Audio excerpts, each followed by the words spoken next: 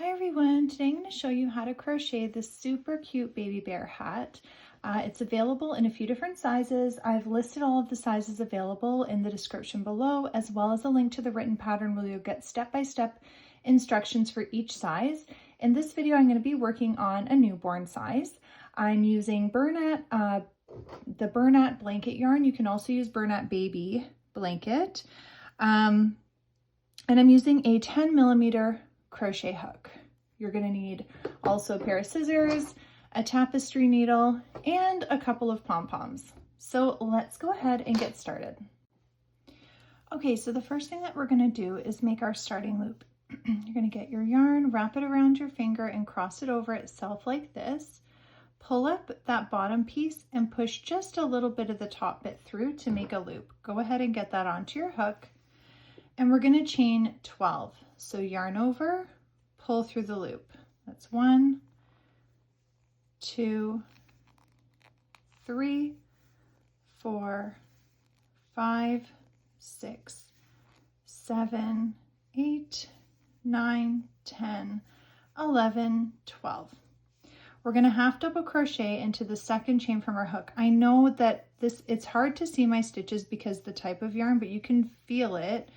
And so hopefully you're able to follow along. I apologize if it's a little hard, but if you push through here, you can see the chains. So this one is the first one. We're going to be working into the second chain from our hook.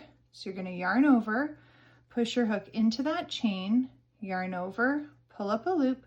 You've got 3 loops on your hook. You're going to yarn over and pull through all 3. We're going to just do that again into every chain down the row. So by the end of this row, you should have a total of 11 stitches because we did a chain 12, but we started making our half double crochets into the second chain from our hook. So our stitch count at the end of this row is going to be 11. Go ahead and finish that row and then come back. Okay, so we just finished row 1 together. Now we're going to chain 1 and turn our work. The chain doesn't count as a stitch, it's just a turning chain. I'm just pulling my hook out for a second to show you because I know it is hard to see the stitches with this yarn. So typically we would be working through our stitch, and you can see, you'll know you're going through the full stitch because you can see that V shape on top of your hook. But for this project, we're going to be working in the back loop only. So our hook is going to be going over the top of our work and into the back loop of each stitch only. Okay?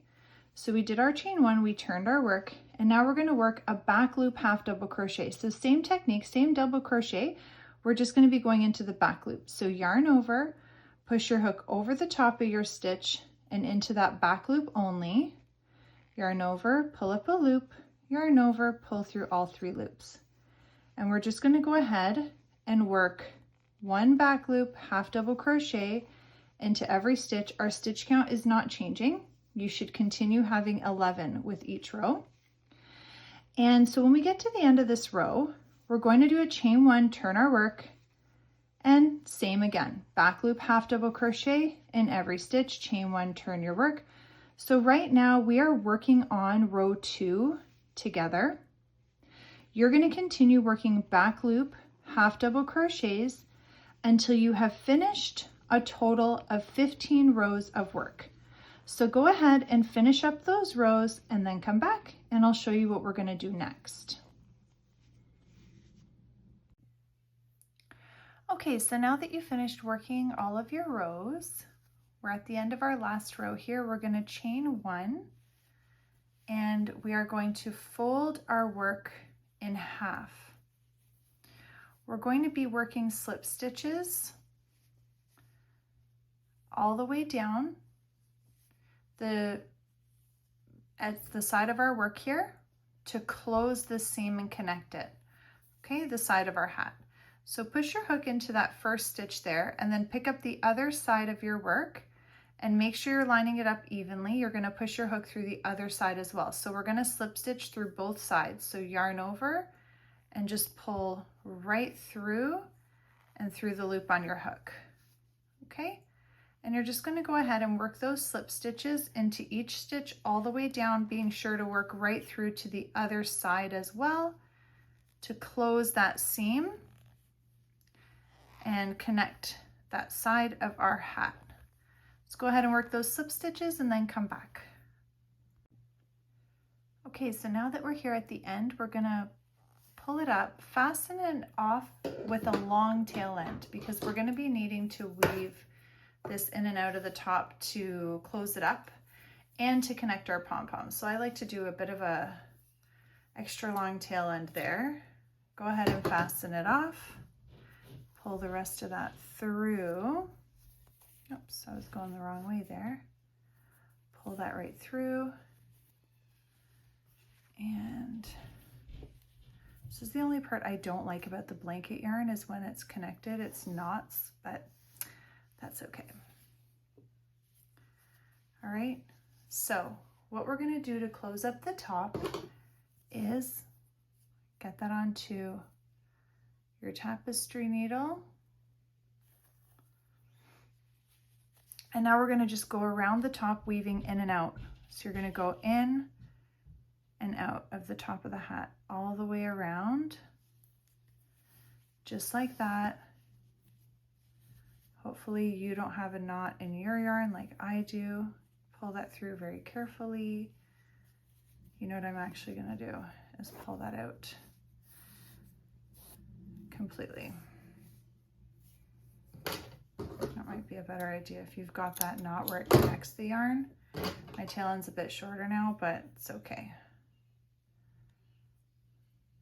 I normally would edit something like that out, but I figured if you're ending up with that, because blanket yarn is kind of notorious for that, the burnout blanket yarn, it's so soft and fluffy and it's wonderful, but that's the only downside is that it's connected with knots a lot of the time. And so anyway, I just figured I'll just show, like, if that happens, don't worry about it. It happens to everybody. So go ahead and you're just gonna weave in and out along the top of the hat. Be really careful when you're pulling this yarn tight because it can snap. So you might want to like pull as you go to avoid that from happening when you get too far along with it. Kind of, and in my case, because I had to make my tail end shorter, it's definitely helping make sure that I get all the way around by pulling as I go.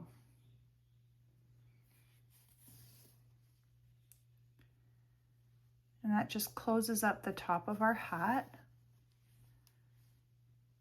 Hope we can still get a good view there. Sorry, I got a little distracted with my weaving in and out. I'm not a sewer, so my sewing skills are less than minimal. All right, so now we're at the top of the hat here and our little hole is totally closed. So push your yarn needle through, because remember your work is inside out right now. So push that through, flip it around so it's not inside out anymore. Okay, my gosh, it's so cute and it's so soft. And you'll just use your yarn needle to weave the tail end from the start of your work in and out of the stitches on the inside of the hat. Okay, so get it all shaped how you want. Grab your pom-poms. I've linked these in the description below as well in case you want to order them, but these are so great. And it has, I'm just trying to find it, there it is. It's got the little loop, so it makes it really easy to connect. So you're just going to position those how you want. I want them to be like the teddy bear ears, and I'm going to put that, my yarn needle, see that? Hold on, let me just show you. That's a bad view. Find the little loop and I just put my yarn needle right through the loop and position that where I want it to go. And then you're just gonna kind of, I'm trying to make you be able to see it, but it's all very, very fluffy. Just weave it in and out a couple times to really secure that pom-pom. So go ahead and do that for both. And you're gonna push the tail end back to the inside and weave it in and out of a couple of stitches to hide and secure, and you're done. I hope you've enjoyed this pattern. Please don't forget to like and subscribe and check out the links in the description below.